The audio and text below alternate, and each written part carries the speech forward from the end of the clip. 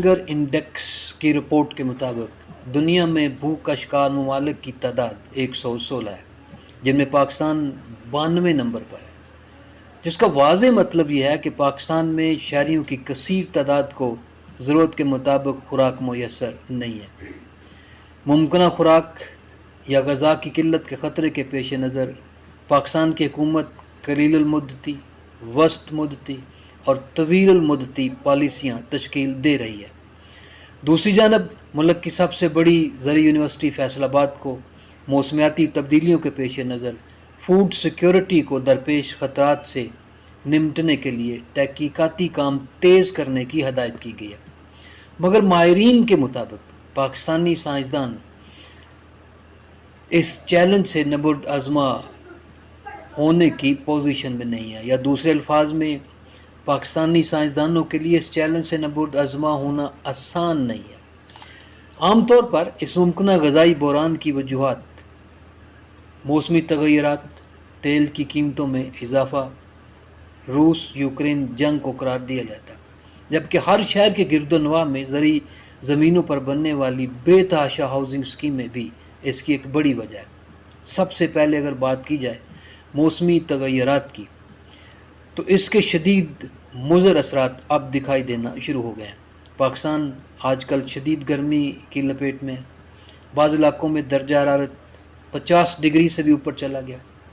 زرعی رقبوں کے لیے ضرورت کے مطابق پانی دستیاب نہیں۔ پاکستان کے ڈیمز اور بیراج کافی حد تک متاثر ہوئے۔ دریاؤں اور نہروں سے مطلوبہ مقدار میں پانی نہ ملنے سے فصلوں کی پیداوار کو بھی نقصان پہنچا۔ ماہرین کا خیال ہے کہ مارچ سے فصلوں کی پیداوار کو بھی نقصان پہنچا ہے۔ ماہرین کا خیال ہے کہ مارچ میں شدید گرمی کے باعث فصلوں کی پیداوار کو نقصان پہنچا، کہ گرمی کے باعث گندم کی گروتھ کو نقصان پہنچا اور گندم کی بالیوں سے دانے پکنے سے پہلے ہی گر کر ضائع ہو گیا۔ اسی طرح آم کی فصل کو بھی گرمی سے شدید نقصان پہنچا ہے۔ پاکستان میں رواں برس مطلوبہ مقدار میں گندم پیدا نہیں ہو سکی اور حکومت دوسرے ملکوں سے گندم حاصل کرنے کی کوشش کر رہی ہے۔ ایک طرف تو شدید گرمی کی وجہ سے نہروں میں پانی نہیں آ رہا، تو دوسری طرف دیہات میں 12 سے 18 گھنٹے کی لوڈ شیڈنگ کے باعث ٹیوب ویل کے پانی کی دستیابی کو بھی ناممکن بنا دیا۔ یہی وجوہات ہیں کہ اس وقت پاکستان کے زرعی سیکٹر میں بحرانی کیفیت ہے۔ اس کے ساتھ ساتھ ڈیزل کی قیمتوں میں اضافے نے بھی کسانوں کو بری طرح سے متاثر کیا۔ کاشتکاری لاگت میں اضافے سے بچنے کے لیے اب کسان کم زمینوں پر فصلیں کاشت کر رہے ہیں، اور صورتحال یہاں تک پہنچ گئی ہے کہ پاکستان پر غذائی قلت کی تلوار لٹک رہی ہے۔ رواں برس حکومت نے گندم کا پیداواری ہدف 29 ملین ٹن مقرر کیا تھا۔ بحران کی شدت اس سے کہیں زیادہ ہے۔ اس کے ساتھ جڑا ہوا دوسرا پہلو انتہائی خوفناک ہے۔ اپنی عوام کی ضرورت کو پورا کرنے کے لیے اگر حکومت گندم امپورٹ کرتی ہے تو گندم کی فی من قیمت 5300 روپے تک پہنچ جائے گی، جبکہ حکومت نے گندم کی فی من قیمت 2200 روپے مقرر کی ہے، جس کی مد میں حکومت کو 17 ارب روپے ماہانہ سبسڈی دینا پڑ رہی ہے۔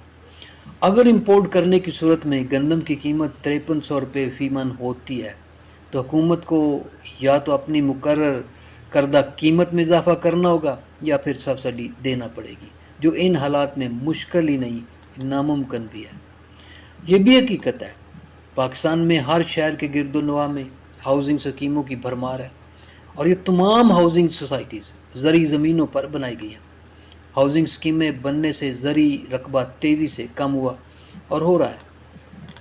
کسی نے سوچا نہیں یہ ہم کیا کر رہے ہیں، اس کے نتائج کیا ہوں گے۔ آج سے چند سال قبل یعنی 2018 میں گندم کے میدان میں خود کفیل ملک یوکرین سمیت دیگر ممالک سے گندم امپورٹ کرنے پر مجبور ہو چکا ہے، اور اس کا شمار دنیا کے ممالک میں کیا جا رہا ہے جہاں لوگ بھوک کا شکار ہیں۔ ان تمام مسائل کا حل مشکل ضرور ہے مگر ناممکن نہیں۔ حکومت کو چاہیے کہ موسمیاتی تبدیلیوں سے پیدا ہونے والی صورتحال کا جائزہ لے۔ پاکستان ان 10 ملکوں میں شامل ہے جن کو موسمیاتی تبدیلیوں کی وجہ سے سب سے زیادہ نقصانات کا سامنا ہے۔ زرعی فصلوں کی زیادہ قوت برداشت کی حامل نئی اقسام کو متعارف کرانے کی ضرورت ہے۔ زرعی ماہرین فصلوں کے لیے ایسا پیٹرن تجویز کریں جو موسمیاتی تبدیلیوں کو برداشت کر سکے۔ حکومت عالمی تاجروں کو پیسے دینے کی بجائے پاکستانی کاشتکاروں کو سہولتیں دے تاکہ وہ نیشنل فوڈ سیکیورٹی کو یقینی بنا سکیں۔